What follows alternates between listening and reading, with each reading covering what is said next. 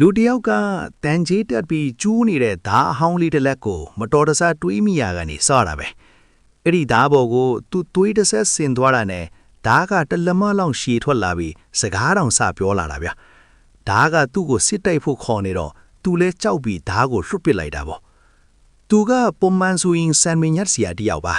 တနေ့မှသူဆန်မင်းညက်လို့ပြီးခါနေအချိန်မှာပဲမိန်းမတယောက်ကဓာနဲ့ဝင်ခုတ်တော့တာပဲအဲ့ဒီမှာထူးဆန်းတာကစမဲဝဟာကဲချေးတွေကအလိုလိုပြန်တက်လာပြီးသူ့ကိုကာကွယ်ပြီးတာဒါပေမဲ့အဲ့ဒီမိန်းမကထက်တိုက်ခိုက်ပြန်တော့သူလဲလဲချသွားရောအဲ့ဒီအချိန်မှာသူ့သွေးတွေကအဲ့ဒီကျိုးနေတဲ့ဓာဟောင်းလေးပေါ်ကိုထက်ကျသွားပြန်တယ်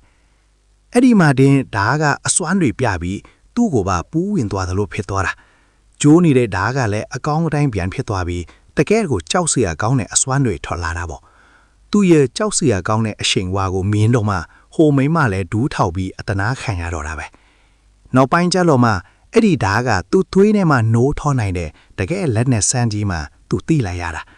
ဒါပေမဲ့ဇလန်းကဒီမှာတင်မပြီးသေးဘူးဗျဟိုမိန်းမကသူ့အစွမ်းကိုထပ်ဆန်းချင်တာနဲ့မျက်စာမျက်လုံးကိုသုံးပြီးစရုပ်တစ်ကောင်ကိုခေါ်လိုက်ပြန်တယ်အဲ့ဒီစရုပ်ကသူ့ညီမလေးနဲ့သူ့ရီးစားကိုမှဒုက္ခပေးဖို့လှုပ်လာတာသူ့ညီမလေးဆိုရင်သူ့ရီးစားကိုစားဝင်ခံပြီးရင်ဒဏ်ရတော့ရသွားတယ်